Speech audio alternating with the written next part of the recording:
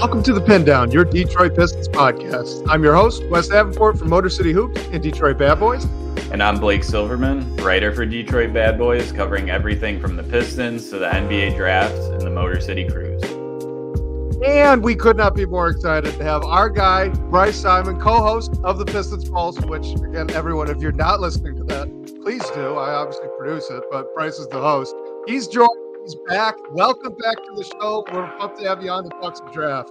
What's up, guys, man? Wes, listen, Blake, I love you, but I got to spit to Wes a little bit here. I've just been thinking recently, man, like think about where we started, where we're at, what we're doing. I know. Bro, we were doing 100 views or whatever. Like, we weren't even views. We weren't even on YouTube. We were getting 100 downloads on Apple, Spotify, whatever. Now, not only are you and Blake crushing those numbers over here on the Pindown, you know, you're producing the Pistons Pulse. We're backed by the Detroit Free Press. I've been able to do some other cool stuff. I'm just like, bro, like, I never thought. People are like, what's your goal with this? And I'm like, I've surpassed what I thought my goal was going to be like 12 months ago and like 50,000 views ago. Like the first time we hit 1K, Wes, I was like, this is incredible. Oh my gosh, we're amazing. I don't know. Like, I'm sorry. We threw a party the episode after that. Yeah, that's what DPB. That's what I'm saying. I don't mean, like, I know this probably comes off a little bit like bragging or whatever, but I'm super proud of us, man. Like, I feel like we've done so much. I'm super proud of you, Blake. I'm proud of you guys and everything you guys are doing. So big time stuff. Thank you, Bryce. Oh, that's crazy. And yeah, I joked with Wes before. I forgot what it was. It might have been trade deadline or something, but you guys recorded the Pistons Pulse at like 7 or 8 a.m. and then we were on here at 7 p.m. So that was a long day for Wes with a work day in between. And you should definitely give yourself a pat on the back. Like everything you're doing on the Pistons side, plus the game theory with Sam and all the Substack projects that you've been kind enough to bring us in on. You're doing great stuff. So thank you for taking some time and joining us. We're about to have a really fun one too. For everybody, quick peek behind the curtain. We're going to do our 4th iteration of the mock over on the Basketball Bulletin. We're going to do a trade mock draft where it's encouraged. You don't have to make a trade, but it's going to take us probably a week to put this whole thing together. But Blake's in on it. Wes is in on it. I don't remember. I know, Wes, I gave you the Spurs. Blake, I don't know if you remember the teams. Of the Jazz and the Raptors. Okay, there we go. So this will be a lot of fun. So yes, 100%. High pressure with the Spurs. High pressure. I don't know if I'm ready for it. I'm going to do my best. We'll see. We'll see what happens with it. But you know what? Let's just jump right into some questions because we don't have a ton of time. I think we just got an hour. So wanted to just dive right into your thoughts on the class more in general. This first question is from @Marco Verona on Twitter. He wants you to break down the players, probably just in like the top 20, into tiers, and then kind of pick 1 or 2 of those guys in each of those tiers that you think you would like the most for the Pistons, let's say. All right, so I have my first group of guys almost in one tier. I will say Sarr has always been just a notch above, and he may be in a tier by himself. But I'll give off the 9 names of kind of my first tier. That's Alex Sarr, Topic, Zachary Risachet, Ron Holland, Steph Castle, Donovan Clingan, Dalton Knecht, Reed Sheppard, Matas Buzelis. Those are the first 9 names in my first tier. Listen, the guy I like the most outside of Sarr, who I don't think we need to talk about anymore as Pistons fans, I think that's the one guy that's off the board now. I still think Zachary Risachet is the guy. Like, I think if he falls to 5, and I'm sure people are wondering if I think it's realistic. I don't know that it's probable, whatever. I think he makes a ton of sense. Yeah, Derek asked, is there? I think there's a chance. I don't know how big it is. One of these point guards is going to go, I think, in the first few picks. I think there's a chance Clingan goes in the first 3 or 4 picks as well. So I think there's a chance Risachet falls. He is definitely my favorite guy in that tier. Yeah, and just one thing that actually just happened today. We're recording on Thursday. Yeah, I saw your tweet, Blake. Yeah, it broke my brain. So Zachary Risachet had a game today in the playoffs over in the French League. They won. He had a nice game, but Landry Fields, Quinn Snyder, Kyle Korver with the Hawks were sitting courtside watching that. So that like broke my brain a little bit. I was like, is there a world where he can go 1? I don't know if maybe this was planned before the lottery. I know Dwayne Casey was out there earlier in the season scouting Risachet too. So he might still be in play at 1 as well. Who knows? Yeah, I mean, for a long time, I never had him one on my board, but for a long time, for the Pistons specifically, and potentially some other teams, I would have taken Ricochet. He hasn't shot it well. There was about a month stretch there where he went from like 45% from three down to, like I say down to, he's down to 39%. This is almost a 60 game sample for playing most of this year as an 18-year-old in a professional league. I think I looked in before today, his last 4 games, he was 6 of 12 from three. So he had kind of righted the ship.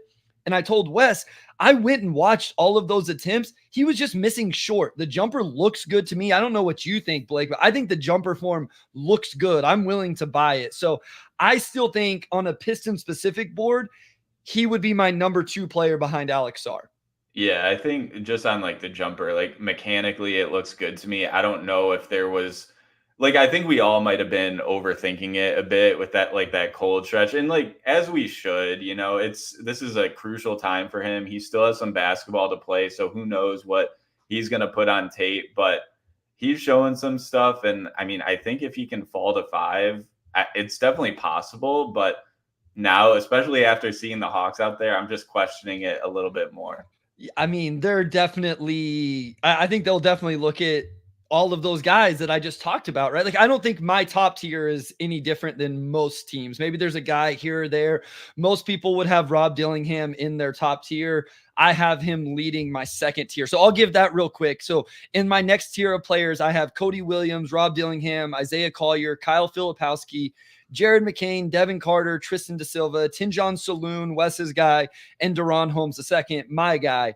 So I think names that are interesting to me there, obviously Cody Williams is interesting. Filipowski is a guy I'm a little higher on as a dribble, pass, and shoot big. Jared McCain can really shoot the ball. Talk about a jumper that you can really buy into. And I will say that Wes with Tinjon Saloon, that's a very interesting name. I still think like 5 is a little bit rich. I think I just saw something that was talking about the Spurs at 8 maybe being in play for Saloon. I would not be surprised if he ends up late lottery and maybe even breaks the top 10 though.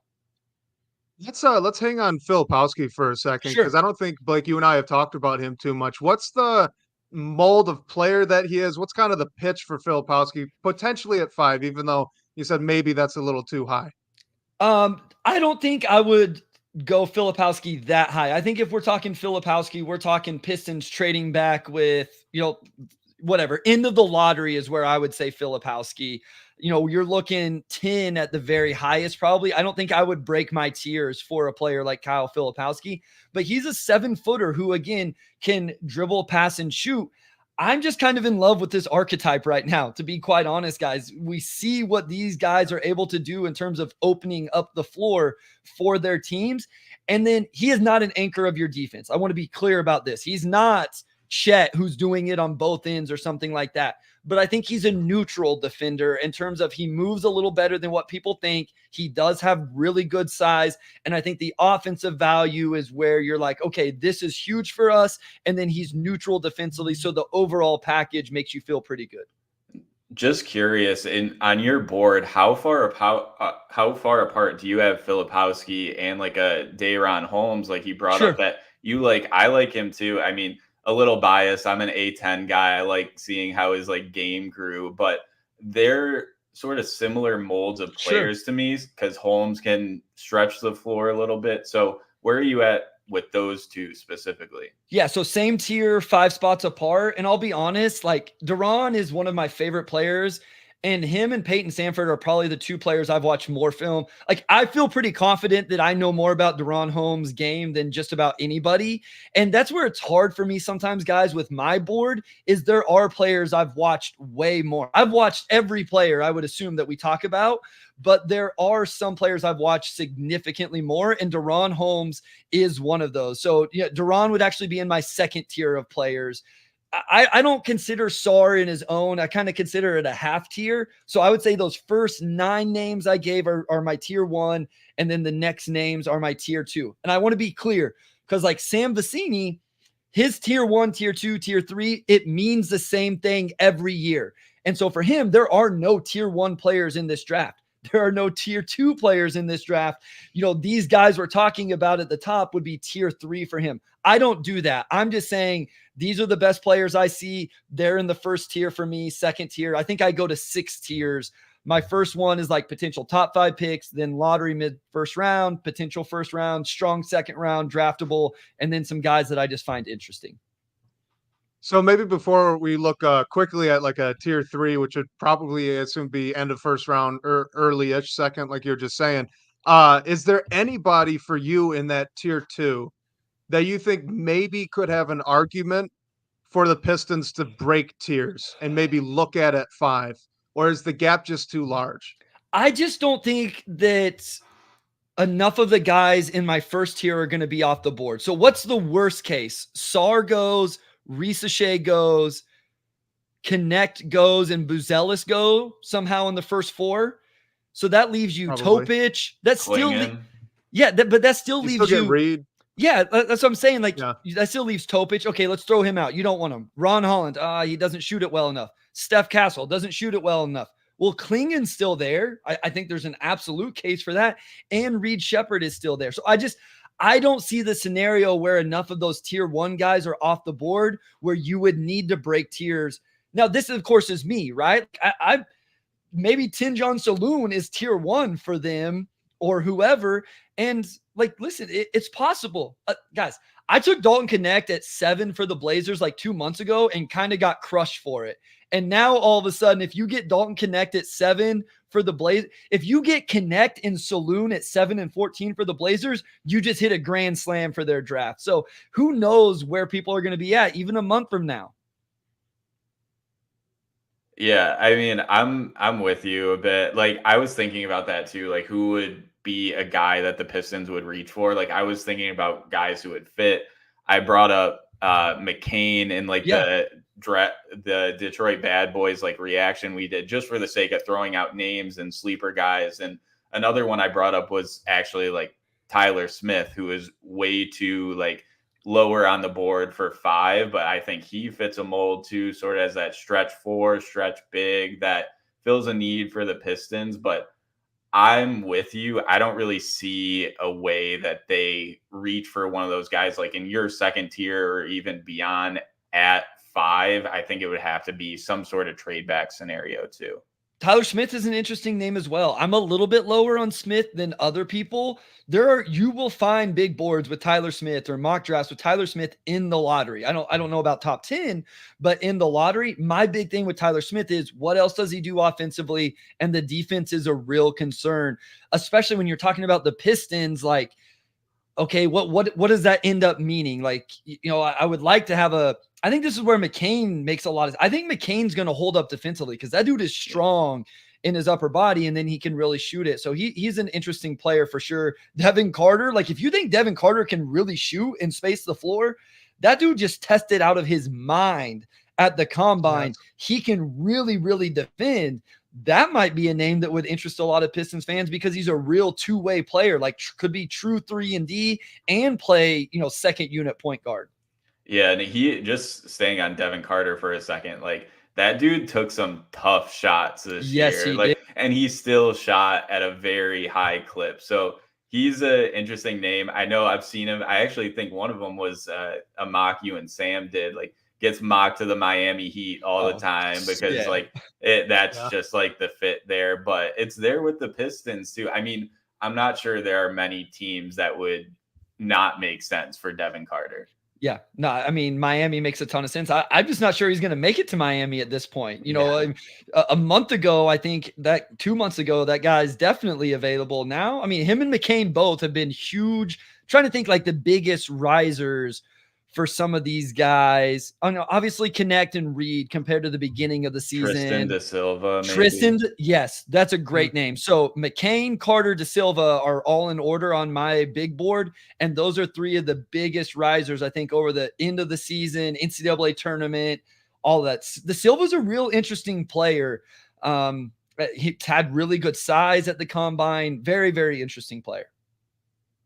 So how about tier 3? Because we Sure. did see the Pistons obviously trade back into the end of the first round last year for Marcus Sasser. So assuming, not assuming, but if they were to do something like that again, who are some of the names that maybe Pistons fans should watch for? Yeah, so this is a much bigger tier for me, so I'll try to scream through this, but Jalen Tyson, Bub Carrington, Eves Missy, Tyler Kolek, Zach Edey, Tyler Smith, Jacoby Walter, I think would be a real interesting name. Jacoby Walter was a name that, again, 2 months ago, 3 months ago, you're talking about lottery pick, and he just didn't quite have the season. If you trade back into the end of the first round and get that kid, I think he can really shoot. I don't think he was quite as good defensively. Keyshawn, here's a bunch of wings, guys. Keyshawn George, Baylor Shireman, Furphy, Bobby Clintman, Justin Edwards, Peyton Sanford, Alex Caravan, all of those guys. It's just kind of what's your flavor in terms of who do you think is the best floor spacer, who defends a little bit, has the right size, those type of things. Those are all names that make a lot of sense. And I'll throw one more out. Ryan Dunn can't shoot a lick, but if you want somebody that can really defend, there's an argument he's the best non-big man defender in the draft. Yeah, a lot of interesting names to me. I know Shireman just had a great combine. There weren't a ton of top prospects who played 5-on-5 there. Shireman was on the court and he really, stuck out there. So I think there's a ton of names for the Pistons. Dunn is an interesting one. One I was thinking about today is how far do you think Johnny Furphy will fall down now? Because I think that's if the Pistons don't get a wing at 5, he's a project who some people had in the lottery and then towards the end of the season maybe fell a bit. So I was thinking maybe that's a name that the Pistons could target early 20s, mid 20s, and try to find a trade back into for. Yeah, I think that's where I would have him right now. Him, Keyshawn George, those were two names that were really hot at one point and then kind of leveled off. I think those two guys, Jacoby Walter, those are guys that are real interesting. And then again, you can go with a little bit older. Shireman is an older player. Bobby Clintman is a couple years out. Caravan's a little bit older. Peyton Sanford's a little bit older. And we can talk about some second round wings that are in my next tier as well. Some non-wings, if you wanted to go, let's say you went wing. Let's say you got Zach Reese at number 5. I don't know how far Zach Edey falls. I have him in this tier in the mid-20s, but he is massive, can set screens, can defend a little bit. Tested pretty well too. Tested pretty well. Khalil Ware is a little bit more of a wild card, but Khalil Ware is in that same mold of he may be able to stretch the floor, also catch lobs, and defend a little bit. There's some motor questions with him. And then Oso Iguodaro is another guy I really like. I don't know how great the role is going to come together for him in the NBA because he can't shoot a lick, but man, he can pass and hits the little floater. Think Isaiah Hartenstein with the floater and the passing. Not as big as him, doesn't rebound the same way, but Oso's an interesting big guy that maybe you could get at the end of the first, or if you had to trade up to even the beginning of the second. Yeah, I wonder too, even thinking about the Pistons at 53, what could they think about for that pick, or if they want to trade up? I was wondering even if they would want to address a backup point guard. Sure. Yeah, you have Marcus Sasser, but we've seen maybe he's not a true point guard. So I want KJ Simpson looked good at the combine. Yes, he did. I wonder, I've been thinking about Jamal Shed too. I don't know how much he makes sense now that you have Sasser on the team, but he checks a lot of boxes for the Pistons too, but I just don't know if the timing is right. So, Wes, you too, do you think that they could try to find one of those smaller guards? Cause there's a lot of interesting, small point guards later on as well. I'll go. Okay. So yeah, Jamal Shed is a guy. I'm not sure he's going to last to 53, to be honest with you. I have him in the tier that we just talked about as well. KJ Simpson is a guy that's in my next tier, which I would call just strong second round picks. These are guys, if you want a guy just to kind of run the show and maybe be the best ball screen operator outside of Nikola Topic, look at Juan Nunez. That guy can really pass, can really operate a ball screen. So that's AJ Mitchell really created at the combine in the 5-on-5s. I'm looking at some undrafted guys here. Some people really like Mark Sears. I'm not as high. Here's a name, Tristan Newton. The guard out of Connecticut would be a real interesting, whether it's a second round pick, maybe undrafted. I have him a little bit lower than some people. Tristan Newton would be an interesting guard to add to the mix. And I would just, wait at 53 and draft him there if he was going to fall that far. According to my board, he would be there. But if that's what the Pistons were looking for, Tristan Newton would be an interesting name. Would any of that have an impact on Sasser to you? I'm curious, wanted to ask quickly. Blake, I'm wondering with you as well, since you're obviously looking at it. And it's not like Sasser had an incredible rookie year. So what are the thoughts there? It might make him more expendable towards me. Like, I'm not necessarily sure what his value on the trade market would be, but I think just seeing him in his rookie season, like, we've seen that he can play off ball and be that, guy who can catch fire off the bench for you, and he doesn't necessarily need the ball in his hands to do so. Like, Bryce, when you bring up Juan Nunez, like, I wonder if that's a name. I'm not really sure where he's at, but I wonder if that's a guy, if you can snag him at whatever point, like if he's a stash player that doesn't necessarily come over right away, and then someone's rights you retain whenever it makes sense. Cause like he's might be one of the best passers in the draft too. Yeah. And I will say, like, he's going to turn 20 in June. He's 6'4", just a real crafty primary creator. I'll just say, like, I have him at 52 on my board. So like, he's right where we're talking about with this Pistons second round pick. The other thing I want to quickly point out, remember, some of these guys are going to go back. So we have a little less than 2 weeks now. I believe it was 2 weeks from yesterday on Wednesday, which would make it the 29th. Those guys have to make a decision. What that's going to do is it's going to move people up the boards, right? If Furphy doesn't think he's going to be a first round pick and goes back to Kansas, well, now everybody slots up a position, Alex Carey, whoever those guys are. And every year it surprises us too, some of the guys that end up going back. So while I have Juan Nunez at 52 right now, he could be at 45, 2 weeks from now with nothing else other than just 7 guys above him decided to get out of the draft. So that will really change some things also. Yeah, and one name that fit that mold for me, like one guy that you brought up that sort of fell off my radar because I kind of just assumed that he was coming back, is Bub Carrington. But he seems like he's really like rising a lot. And now I'm expecting him to stay in this draft. I have had a ton of fun watching him. So, I hope he stays in the draft and lands in a perfect situation. I'm not necessarily sure if he makes sense for the Pistons, but that's a fun player. Like, I wouldn't be mad at if they ended up with him. Yeah, I don't know what his fit with Detroit would be either, but Bub's a lot of fun. A really good pull-up shooter, can play on the ball. And then I thought his defense got a whole lot better throughout the season. Now, this kid, he'll lose focus at times, maybe off the ball, but I watched him guard Hunter Salas, who I think Hunter Salas is a good player. He's in the tier into first round, top of the second that we talked about earlier. I just didn't mention him. But Bub really guarded him well. Bub really long, and when he's locked in defensively, he can be real impactful. He was, if people aren't familiar, he had a triple-double his first game or second game of his career at Pittsburgh, and then shot up boards, and then it leveled off a little bit, and I think he's gaining momentum back now. All right, Bryce, I want to ask you this before we get into some other questions. So this is a question from me. Outside of Risa Shea, who's the player at 5 that you think is just the best fit pairing with Detroit? Could be, personality, could be talent, could be skill set, however you want to spin it. What's your favorite pairing there for the Pistons? Oh man. Listen, I think Dalton Knecht would be awesome offensively. I don't know what that means defensively for the Pistons because he does have a long ways to go. But that guy can really here's my thing with Dalton Knecht. I think at the very least, he spaces the floor and makes a bunch of threes.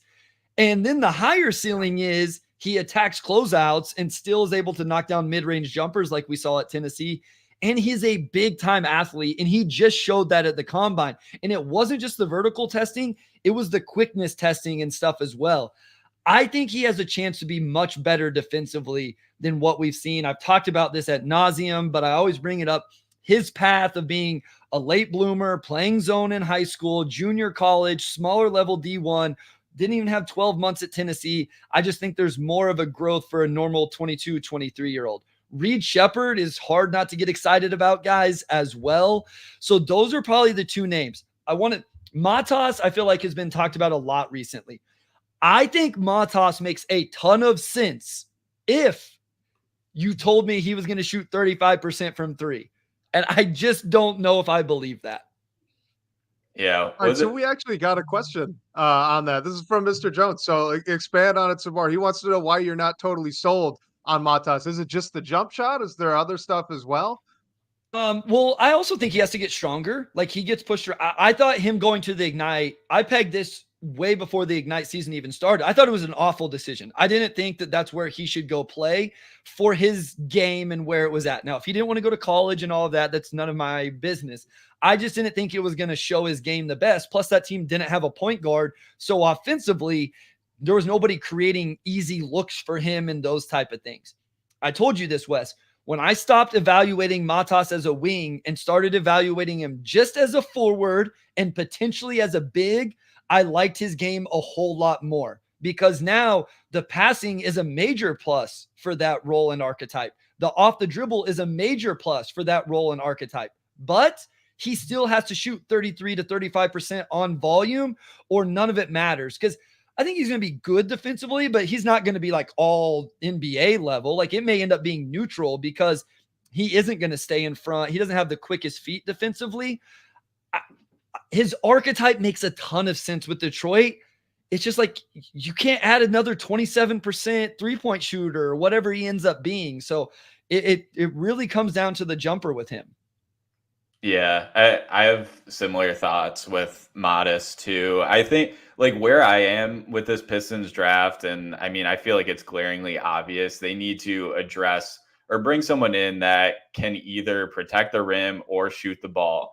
Ideally both. I don't know if you're going to get both where they are, but Modest, like, in theory, should do that. Like, we don't know if his season with the G League is an anomaly. I mean, there's enough of a sample size to make you concerned, but I mean, great shooter in high school. I don't know. Like, I guess, Bryce, a question for you is, like, how much stock are you putting into what he did in high school versus that, like, drop off he had this year, adjusting to the NBA 3-point line and obviously much greater competition levels? Yeah, I mean, I think you have to weigh it in some capacity, right? Like, at the end of the day, we do have a sample of this guy being a good shooter. And here's what I want to point out. He played at Sunrise Christian. Like, we're not talking about some high school in Southwest Kansas where I played and he was just way better than everybody else. Like, Sunrise, Donovan Mitchell went there, right? Yeah.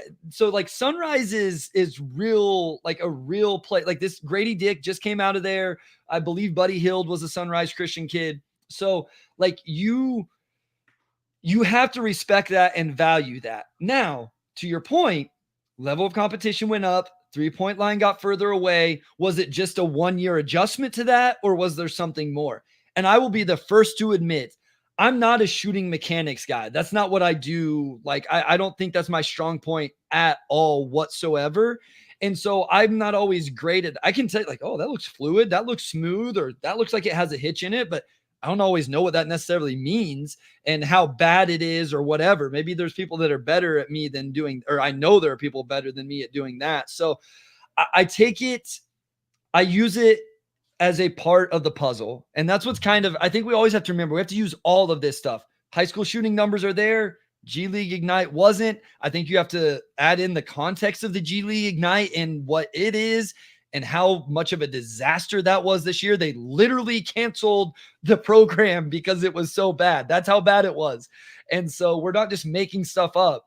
It was not good situation. But honestly, I wonder what I would think if we didn't have that year of good shooting, Blake. Because if he didn't have, like, that's really what we're all, like, clinging to, right? Is, well, he did shoot it well in high school. And it's like, if that's all we can find, is that good? Is that enough to buy into?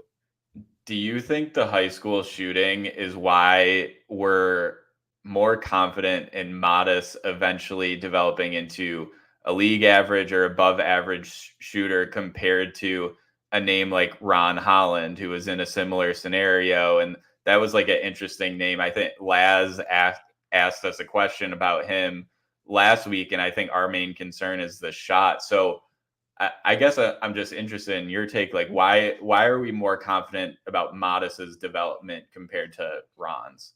Yeah, I mean, I think that's probably right. I think that's fair. Ron didn't have a rep as a shooter coming out of high school. His rep was slasher, athlete, played his butt off on the defensive end, disruptor, all of those things, where Matas's was like more of a, floor spacer and a shooter. And that rep does carry with you. The thing is, like, the numbers backed it up, though. Like, I want to be clear. It's not like people just said, oh, he's a shooter. Like, he shot over 40%. I have the numbers somewhere. I could pull them up, but it's like 42 or something. Yeah.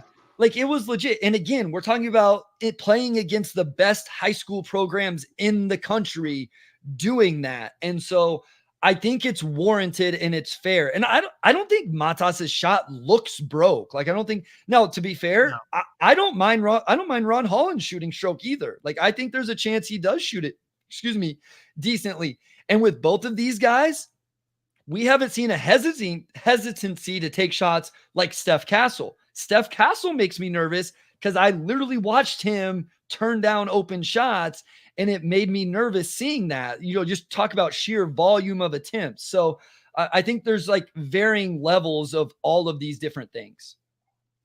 Something I've been thinking about with Mata's shots since our last Pistons Pulse episode, where you were actually able to look up how he shot in the mid-range on pull-up jump shots, and it was actually pretty good if I remember the synergy numbers right.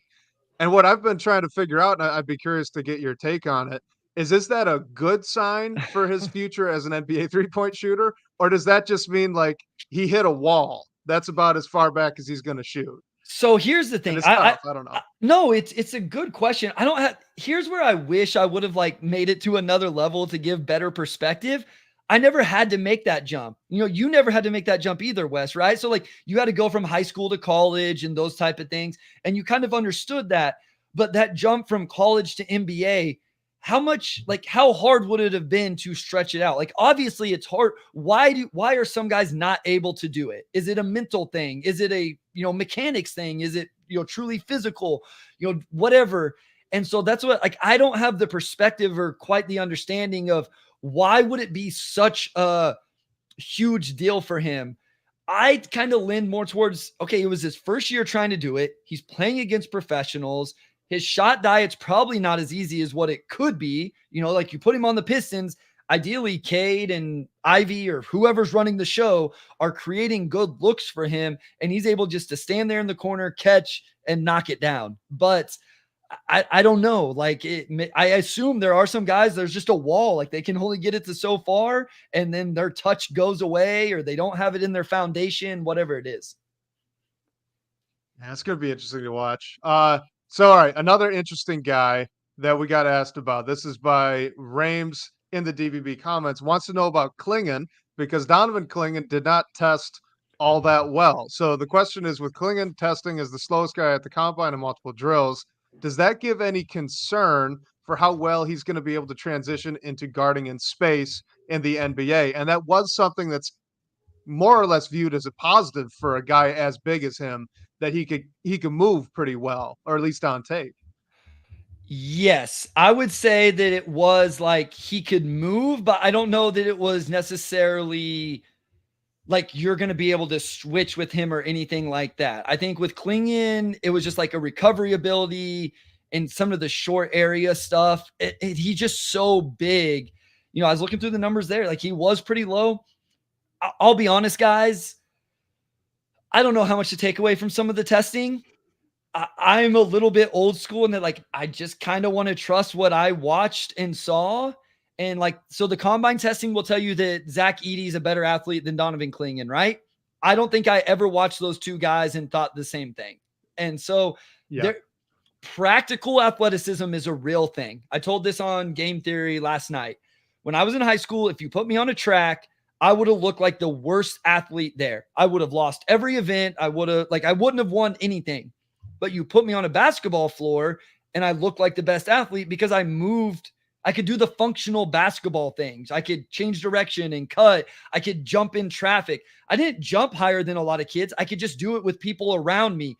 That changes for people on a basketball floor sometimes when there's bodies around them, they get bumped a little bit, those type of things. I'm going to trust my eyes in that. I thought Donovan Clingan moved pretty darn well whenever I was watching the film.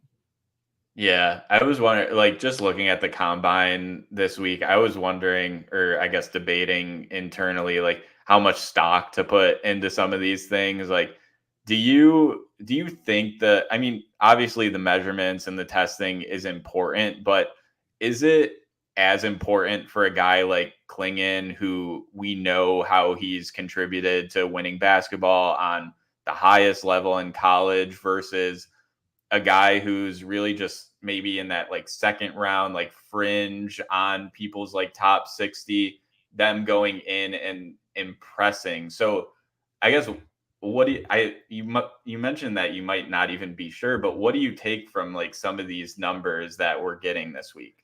I'll be honest, I didn't move a single person in my top 27 on my board from the last 3 days. I didn't touch anybody. And the guys I did move was mostly from the scrimmages. And you just get to see them play with other good players. You get to see the way they move. Listen, the guy that did maybe the best for himself was Enrique Freeman, a kid out of Akron, who I wasn't even super familiar with. It has nothing to do with his testing. It's because he balled out in the 5-on-5s, and it started at the G League Combine, and then he went and played well in the 5-on-5 scrimmages, which I know somebody tweeted. I will not get off on that rant. I am very, very frustrated. I'm with you with the broadcast of those combine scrimmages, but that would take up the last 23 minutes we have here. So I will leave that alone. But that, I think the 5-on-5s, here's what I want to caution people. Don't just look at the numbers at face value and just call it good. I think what is hard for us is we weren't there in person to see who competed, who cheated. We just gave Bub Carrington love, right? I saw a clip of Bub Carrington doing one of the shooting drills, and it was like the slowish, like I would have yelled at my 9-year-old son for how slow the jump shot was. Like he caught it, set his feet, like there was no time to. Guys, like we could all go shoot well if we had enough time to just prepare for it. Now there is pressure there. That's the difference, right? Like there's pressure with all those people in the stands. I think the shooting numbers, especially, I'll take the sample size of what I've had from their season, from their career, and believe in that in terms of their shooting a lot more than I will some of these drills. Yeah. Well, and it's also an empty gym with about to be NBA athletes. Pistons fans will very easily remember Andre Drummond just nailing 3-point shots all summer long, and that does not translate. So, like, I think Zach Edey shot pretty well. Clingan shot pretty well. Like, you're not banking on that. That's like not real. I just saw a video going around the other day of Chris Birdman Anderson hitting a bunch of threes or something like that. And it's like, yes, this is all they do is play basketball for their lives. The best players in the world. They're going to be able to do it. Listen, like I have videos on Twitter of me making like 45 out of 50 or something, and I'm old and out of shape and lazy, and I wasn't even that good. And I wasn't even that good of a shooter in college.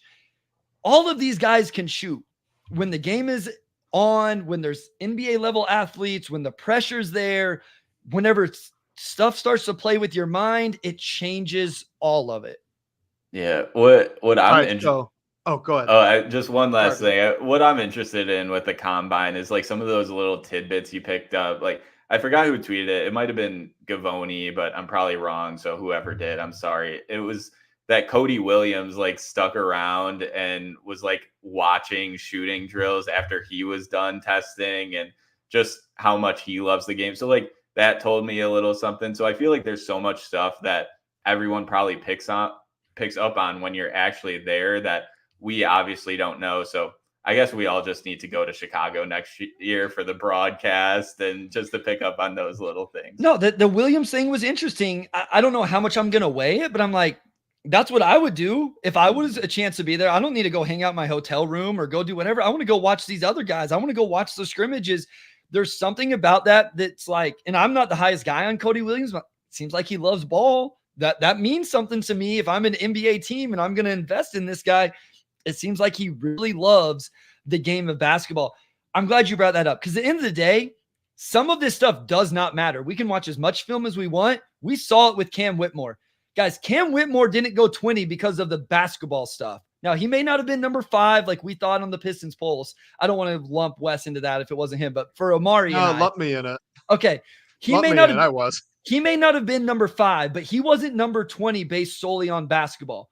It was off the court intel and medicals that dropped him to 20. And that's stuff that, quite honestly, we're just not privy to. All right, so a guy we were talking about earlier is kind of that like fringe tier 2 guy that's got a lot of fans, seems to be rising up boards. At Detroit Van Doe on Twitter wants to know about Devin Carter potentially even at 5, but more specifically, what would his fit be like next to Cade as a shooter, defender, and kind of secondary ball handler? Yeah, I mean, I think that would make sense. He's an older player, 22 years old. Like, I want to be clear, I would not take him at 5, but I kind of understand the question. I think one thing that makes me a little bit nervous with Devin Carter, I'm pulling up the numbers here. So he shot really well this season, right? 38% on 6.5 attempts, 75% from the free throw line. Before this season, guys, he was a below 30% three-point shooter. So I don't always know how to weigh those things, but it's like a 1-year sample. And here's another thing you have to consider. That was Devin Carter's team. Their best player coming into the year, Bryce Hopkins, ended up, I believe, tore his ACL. When it's your team, and you don't have to worry about anybody else, anything else. Nobody's going to get mad at you if you take the shot. There's no such thing as a bad shot. That's a little different than when you're playing off Cade Cunningham and you have, Simone Fontecchio and all of these other guys. I'm not saying Carter can't do it. I'm just saying the numbers look great. I am a little hesitant to be like, is he that level of a shooter? But Blake, you said it, man. Like, he hit tons of big time shots. He's a great example too. The jumper has a little bit of a hitch. It's like, it makes you a little bit nervous. He just hit so many. I'm like, you know what? I'm going to buy it. He's competitive. He's super athletic. I think his archetype makes sense to answer the question, Wes. He can shoot it. He can play on ball when Cade is out of the game, and he really defends. That's what I like about him, is then he can be the guy playing next to Cade that takes those matchups on the other end of the floor. Yeah, for me, I'm in a similar boat. So I think it's like, you just have to debate if you're at 5, like, do you like Devin Carter more than a Reed Sheppard who can really shoot the ball, or a Steph Castle who might be the best perimeter defender in this class? Like, is Devin Carter the perfect mixture of both of those that makes it, there's not a trade on the table, we're just going to do it? I mean, I think it's definitely a little like rich for me, but he's definitely like a dude in this class that any team is going to love to have. Here's the other thing. And I know, like, some people hate the age thing, but I do think it matters because, like, at the end of the day, Devin Carter's had 3 more years of life to improve his basketball game compared to Reed Sheppard and Steph Castle. So you may say, well, Devin Carter did this, and this last year. And I'm like, what would Reed Sheppard do in college 2 years from now? What would Steph Castle, where is Steph Castle's jump shot 2 years from now? And so I do think that context matters. And that's why I always bring it up with Connect, is he doesn't have 5 years of high level Division I basketball to improve and grow. Like, I always use Kevin McCullough. It's not fair to I'm not like trying to call out Kevin McCullough. Kevin McCullough has 6 years of high level Division I basketball. He went through the draft process twice. Like, that's just a different level of experience than what Dalton Connect has. So yeah, I think Dalton Connect potentially has more of a ceiling to go than what a Kevin McCullough does. So I think all of those things do matter when we're looking at these guys. Yeah. Someone in the comments, Red Baron Arcade, brings up Sam Presti likes the Devin Carter type of guys. Yep. And he does remind me a little bit of like Cason Wallace. Sure. Is that a fair comparison for him, even in like the role that Wallace then ended up playing this season in OKC? Yeah, I mean, I think it would be fair in that, like, Cason was an on-ball guy at Kentucky. Now, again, Cason was a freshman at Kentucky when he came out, but really known for his defense, was really, really good, like strong in his upper body. And then he has turned into, with OKC, he plays almost exclusively off the ball with OKC, but really defends, knocks down open shots. OKC is really fun. Like, they'll even use him as a pick and roll, short roll guy. Like, he'll go set, all these dudes get to run pick and roll with SGA. and he just makes their lives amazing. Like Isaiah Joe ghost screening with SGA is just simply unfair for NBA teams to have to guard. But yeah, like I think that could be the type of role. I think Kaysen probably ends up being a starter on that Thunder team eventually, a couple years down the road when, eventually they can't pay all of these guys. But I don't mind that. That makes some sense to me. And Kaysen went, 10 or whatever last year, something like that. Yeah. So somewhere around there. In a stronger draft.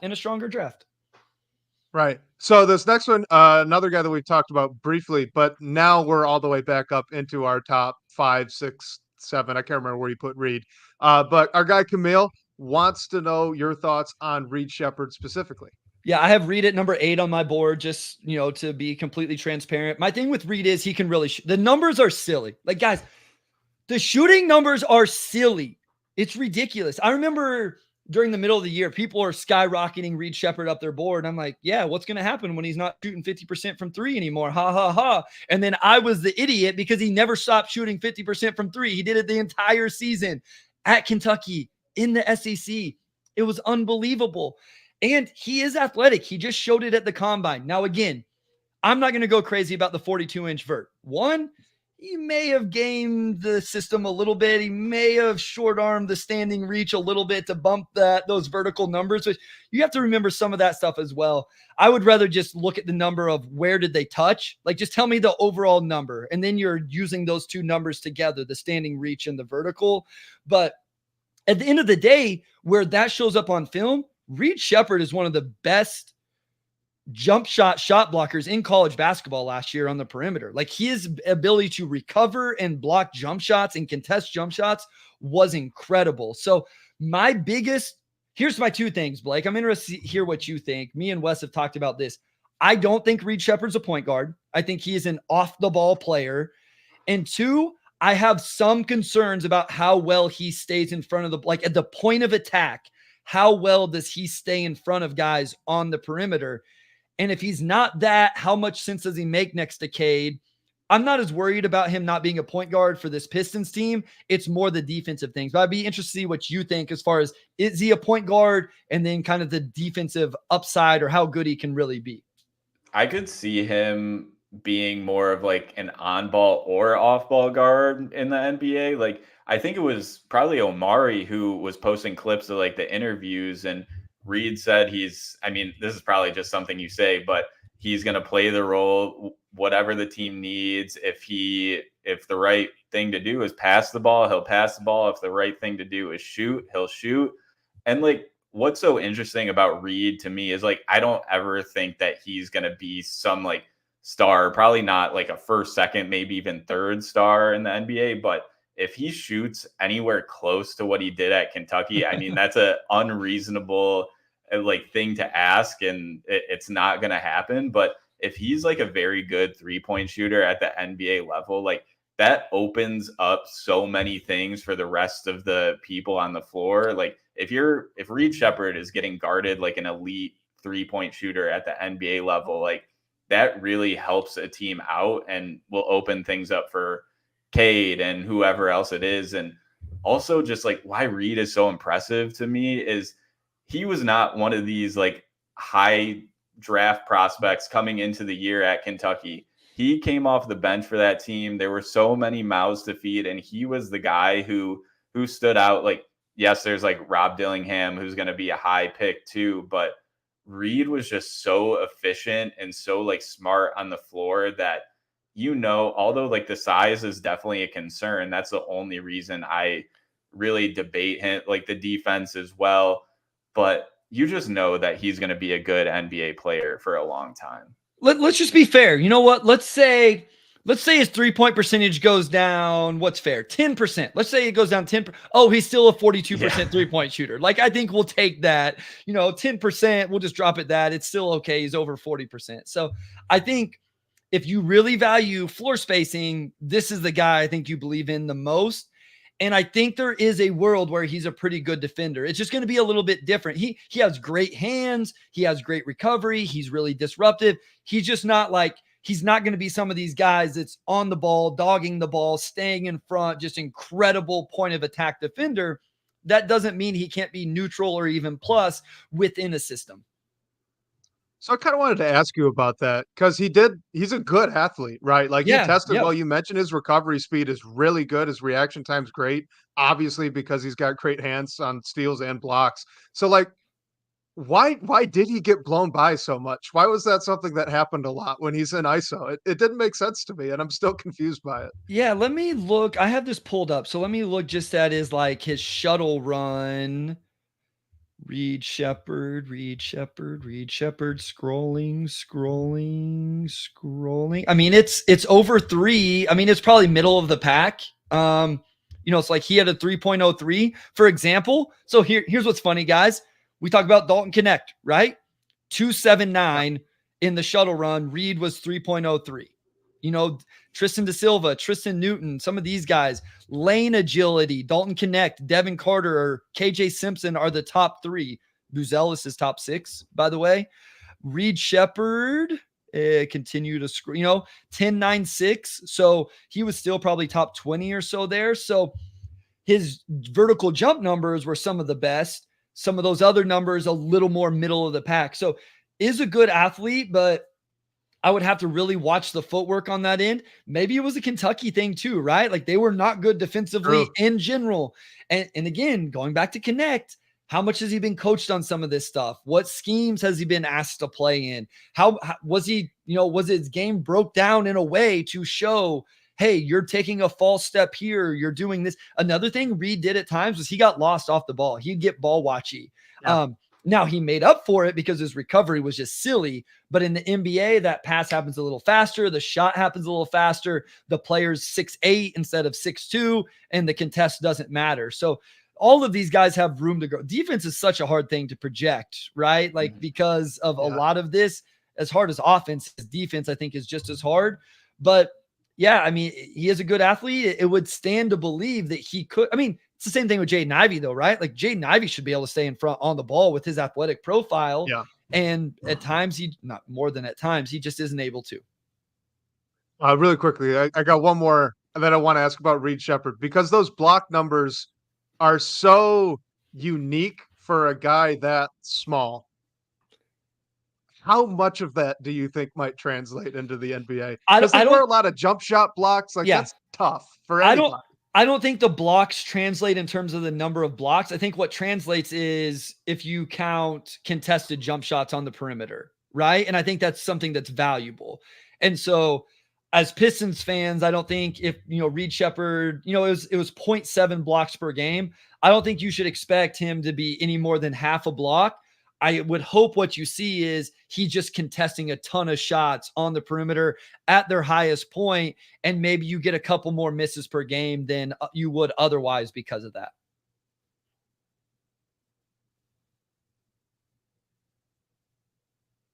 All right, let's move on to another one. Let's do a trade back question.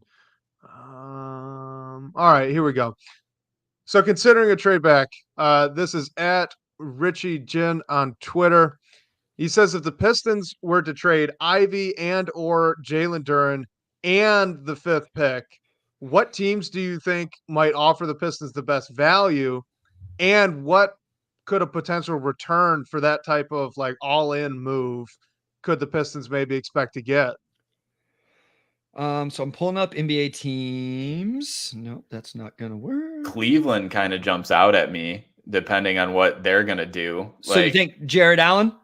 Yeah, something like that. I mean, if Donovan Mitchell is gone and they shift, like that's just initial, like looking at the board. Evan Mobley's just off the table, unfortunately. I mean, we saw Mobley like be really good in the playoffs. I feel like playing as the primary center. To me, they got to me. If I was Cleveland, I would keep Donovan Mitchell, and I know that's not completely their choice. I would work with Donovan Mitchell and Evan Mobley, and I would find a trade for Darius Garland and Jarrett Allen, like not necessarily together, but I would build around Mitchell and Mobley. That's what I would do. I would too. I mean, that's dangerous with Mitchell in terms of the contract situation. So Jarrett Allen would be an interesting one. I think this would get it done for Brandon Ingram.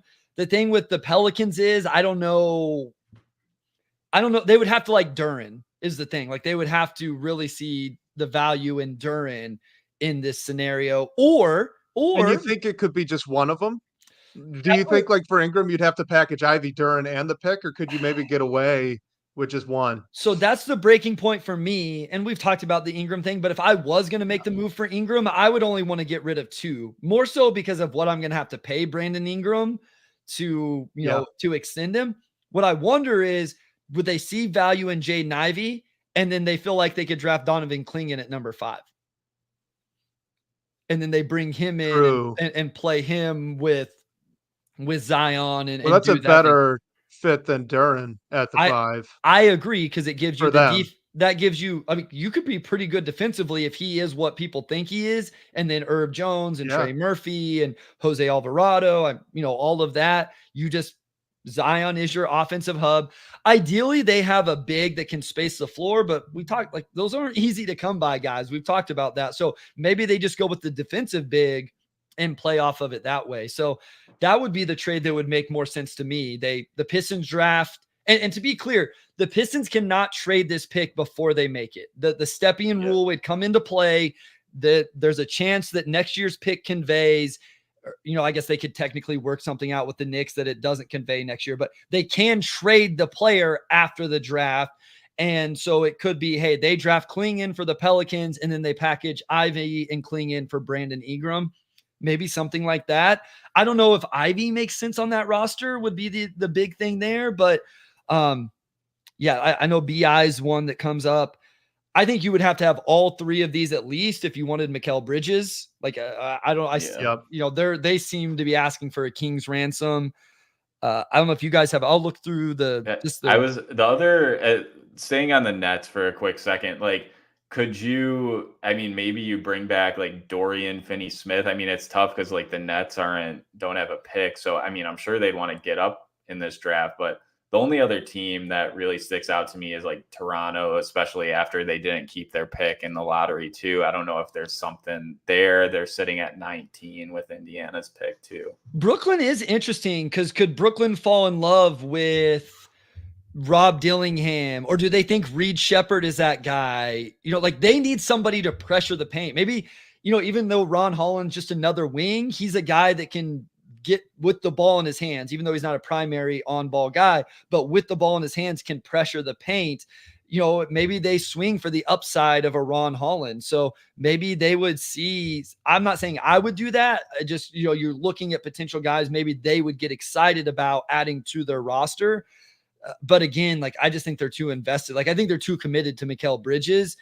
If they were going to trade Mikal Bridges, as much as I think it'd be awesome with Cade, the Pistons are going to get outbid in that situation. I just don't think they have the assets for that one. Is there anything here for like the Knicks and Julius Randle? I don't know if I'd want to give up number 5 in that kind of move, but like Ivy and or Duren plus other stuff. Is there an argument to be made for Julius Randle?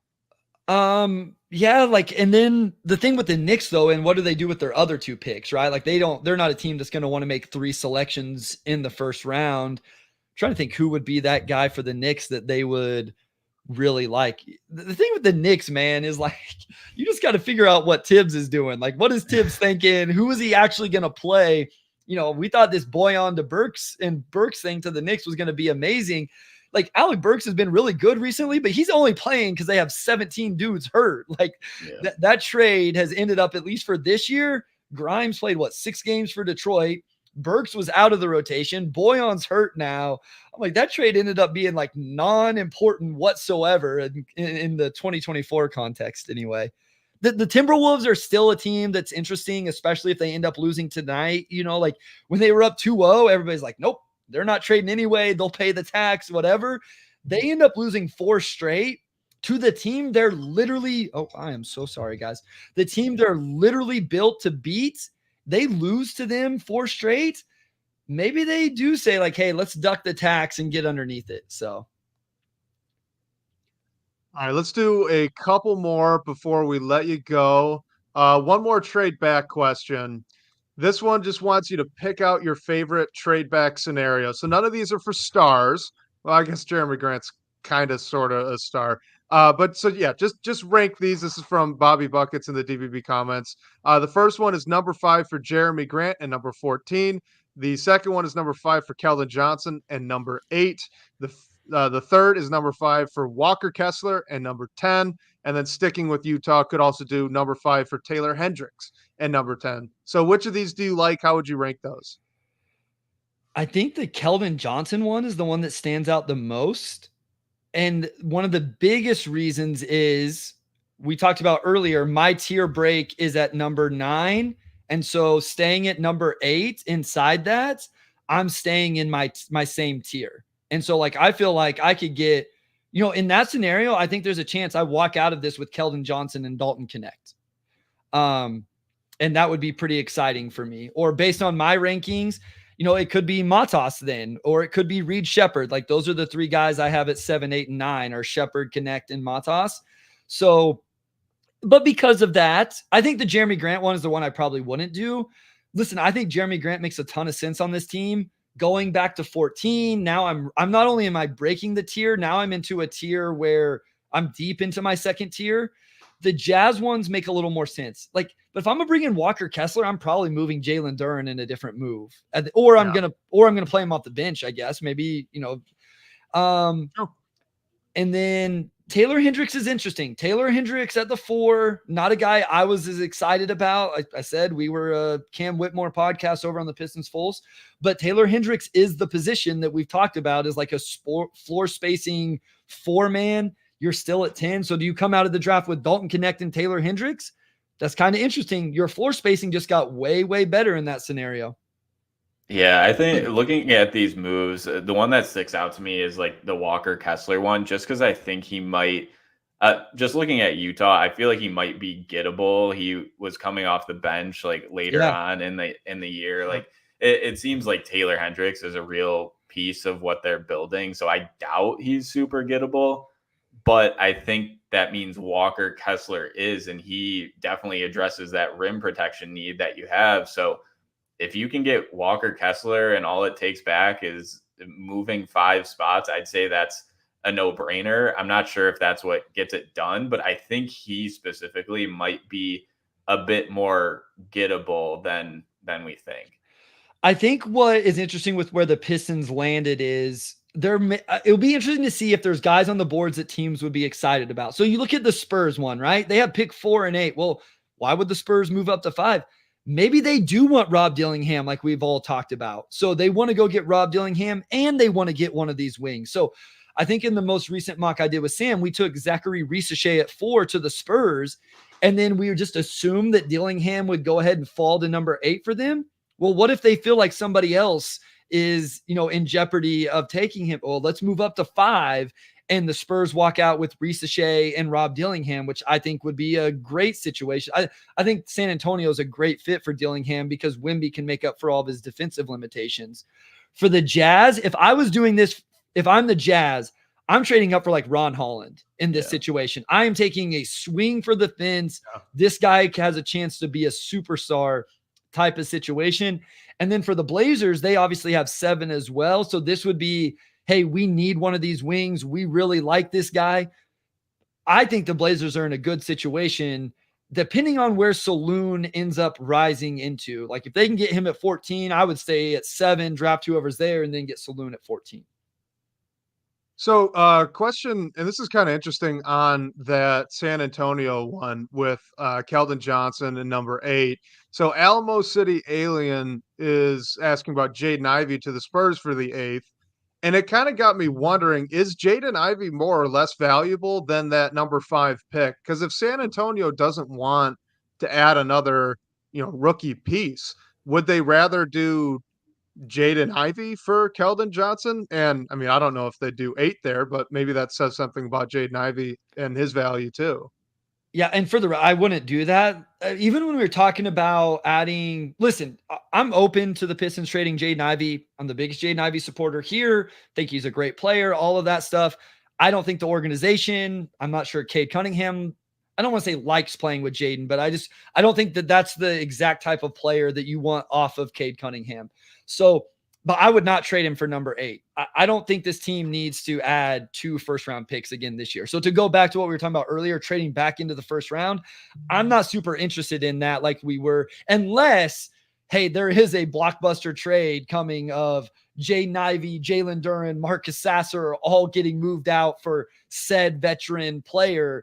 Then I have a little more of an appetite to add 2 first-round picks. So I wouldn't move Jay Nivey for, like, I'll just say, Sam Vecini said, like, like Jay Nivey would be as valuable as any pick in this draft, and so it's like for number 8, I don't think you're getting the correct value, but maybe he's not as valued around the league. Like, we don't know that. Sam doesn't even know that to that extent. So I would not make that move. What was it, number 8 or number 4, whichever one? So number 8. Yeah, it was 8. It would have been, I guess, Keldon Johnson and number 8. Okay. So Ivy on the Spurs, I don't know if I'd do that. Ivy in place of the number 5 pick. Yeah, basically. Yeah, I mean, I think where that makes sense for San Antonio is you already have 2 picks in the top 8. Let's go get a guy like you said. And the Pistons are running into this right now with Ivy and Duren. You're having to try to decide, are you going to pay these 2 guys in the same year? San Antonio is going to run into that same situation. All right, so let's do one more, and then we'll let you go, Bryce. Thanks for coming on again. This has been great. But this is from ABW17 in DBB's comments, talking about the roster construction. So it says, what roster construction philosophy do you think makes the most sense if Cade Cunningham is going to be the foundation of this team moving forward? So you mentioned like maybe Jaden Ivey's not that perfect guy. So what should they be prioritizing? He says maybe a faster or slow pace, size and physicality, or more speed, offense, defense. What would be the vision around Cade Cunningham for you? Well, I would like offense and defense, please. I get guys that can play both. So I'm going to cheat that question. I think really offensively, it's floor spacing. Listen, at the end of the day, I think the Pistons are in a situation where you just have to, if you don't believe Cade is that dude, if you don't believe, as like I think an interesting comp that's come up recently is Jalen Brunson, right? Like not the same type of players. They don't do it exactly the same type of way. But if like you don't believe he can be that type of player, it's probably time to move on and just start this thing over. Otherwise, build around him with the guys that are going to make him the most successful. And I think that starts with guys that really space the floor and then guys that really defend behind him. The size and physicality versus speed and skill is interesting. I always want the team to play faster. So my gut reaction is fast pace, speed, and skill. But I feel like with the way Cade plays, it almost makes more sense to play a little bit slower.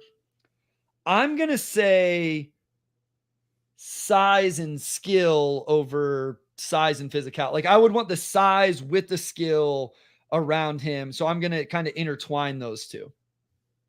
Yeah, I think what we learned this year, and I mean, I feel like I'm always harping on it. You need to surround Cade with ample floor spacers. If there's not space, it's not working.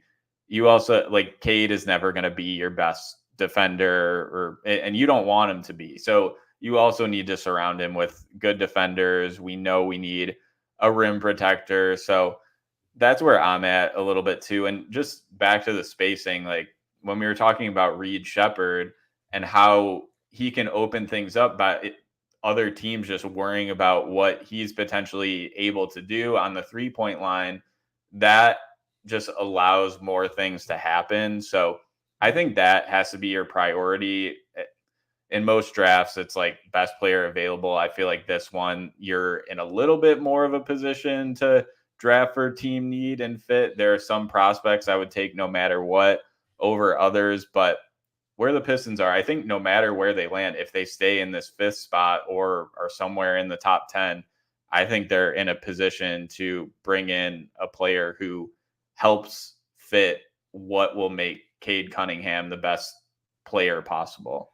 I mean, if you stick with the Jalen Brunson thing, though, like size and physicality is what that team has with, the big guys behind him, Isaiah Hartenstein.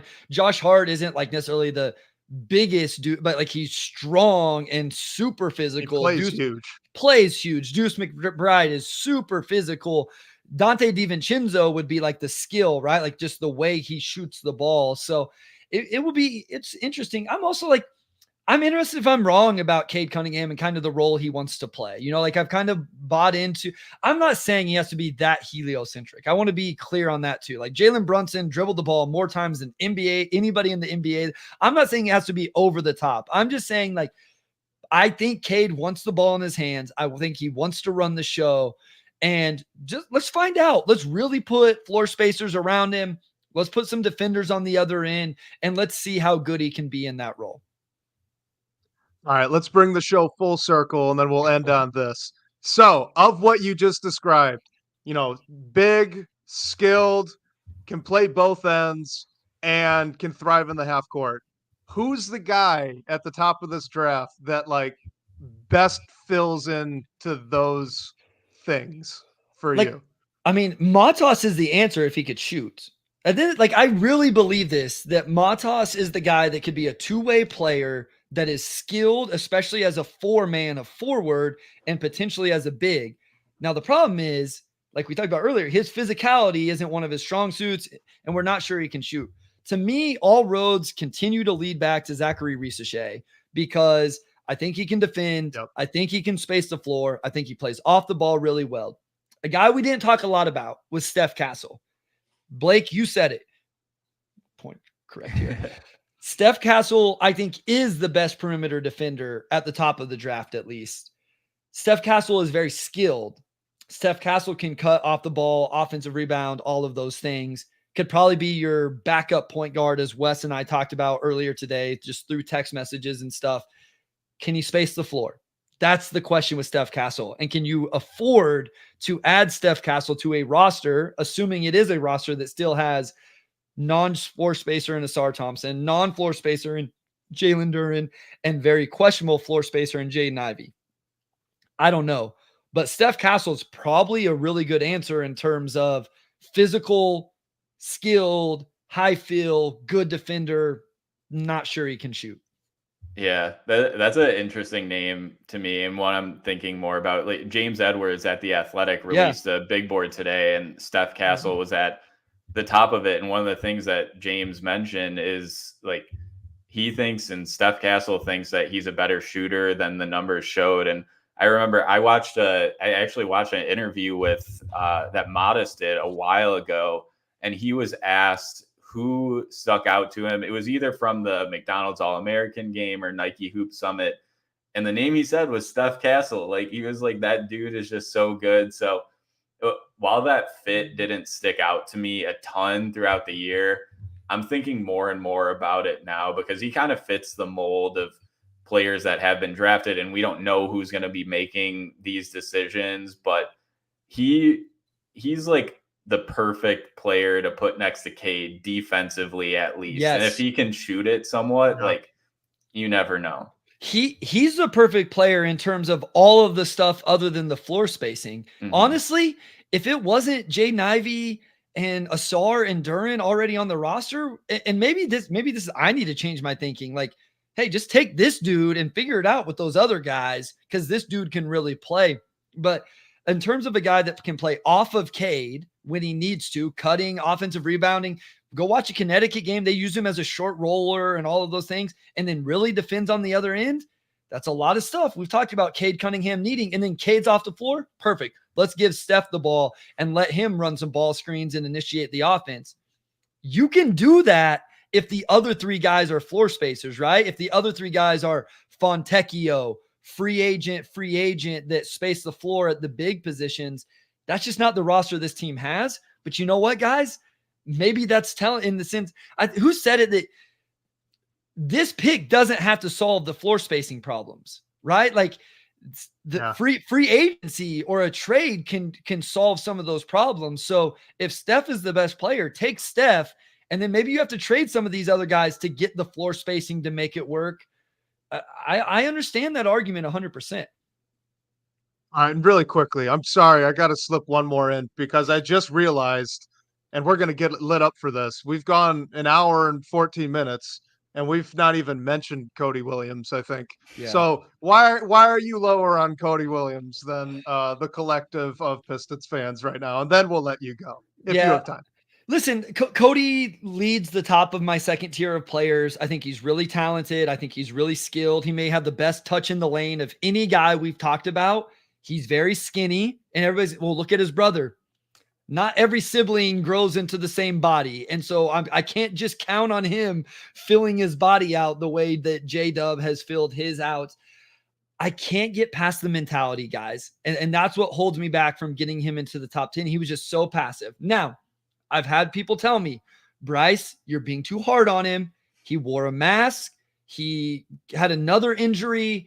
Like, you need to take that stuff into account more. And I think that's fair. I wore a mask. He's fine. I know Wes and I disagree on the mask thing, because the mask I did not like when I had to wear it in college, but I think it was more so like he had broke his nose. So it was like, we're a little worried about taking the hit again. But anyway, so I just can't get past that stuff and get him in the top 10. And so again, it's like, there's not a situation I can find myself, even if the first 4 picks are completely the wrong ones to make it best situation for Detroit, there's still guys I would have above him. And so because of that, I've kind of left him out of the conversation for the Detroit Pistons specifically.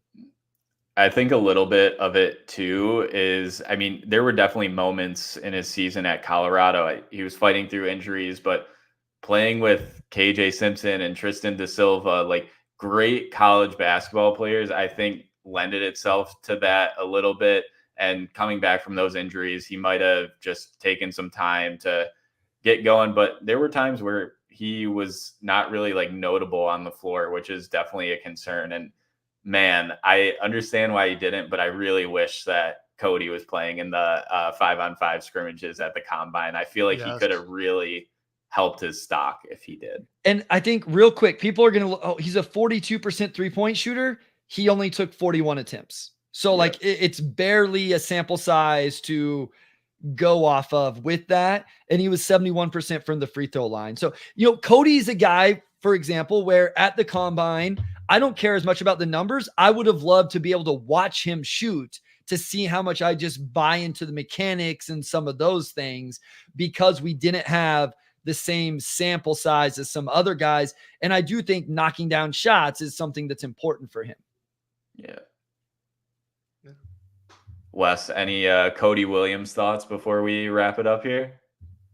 No, I'm going to get in too much trouble. So, Bryce, just thank you so much for coming on. Love when we were able to get you on. Love the insight you could give on the draft. So tell everybody, obviously, where they can find the Pistons Pulse, but also where they can find all your other stuff, the Substack, everything. Yeah, so at Motor City Hoops on Twitter, Pistons, NBA draft. I don't tweet quite as much as I used to, but if you hit me up with a DM, I always love the interaction. Mostly I just kind of tweet out the content I'm putting out. So over on the Substack, I have the Motor City Hoops Substack, and then the Basketball Bulletin Substack with Trevor Lane and Keith Smith. And then the Game Theory Podcast with Sam Vecini. We record 2 or 3 times a week talking all things NBA draft over there. And then the Pistons Pulse on the Detroit Free Press YouTube with my guy, Amari Sankofa II, Pistons beat writer for the Detroit Free Press, and Wes Davenport producing, running the show. Wes will be on Tuesday's episode. We're doing a mock draft. We're bringing on our guy, Stephen Gillespie from No Ceilings, and we'll do a 4-person mock draft. I think just the lottery or something like that. That's probably about all we'll have time to get to. But we appreciate any support on any of those platforms, and make sure you guys continue to come back to the Pindown every week. Everything they're putting out at Detroit Bad Boys. These guys are big time, doing big time things. So make sure you're supporting them in all the ways you can. Thank you, Bryce. We really appreciate you taking the time to come on. You have so much going on. So can't thank you enough for taking Thank this my time. wife. Tell my wife thank you. Oh my gosh. Yeah, give her a thanks for me. But reminder, everyone, call our phone line and ask a question. This is such a cool idea, guys. Shout out to Wes. This was all Wes. He powers however it works. I didn't even know. I stole it from a different podcast. Don't give me any credit. But yeah, reminder that you can call in and hear your voice on the show. Try to limit your question to around 45 seconds or so we can fit everything in. The number for that is 313-355-2717. And special thanks, as always, to our guy, Sean Court, managing editor of Detroit Bad Boys, for supporting the show. And shout out to you guys, everyone who joined us in the chat and pre-submitted questions, for all the great talking points tonight. We'll catch you next week, whether on your commute or live with us here. We can't wait to talk more Detroit hoops with you all.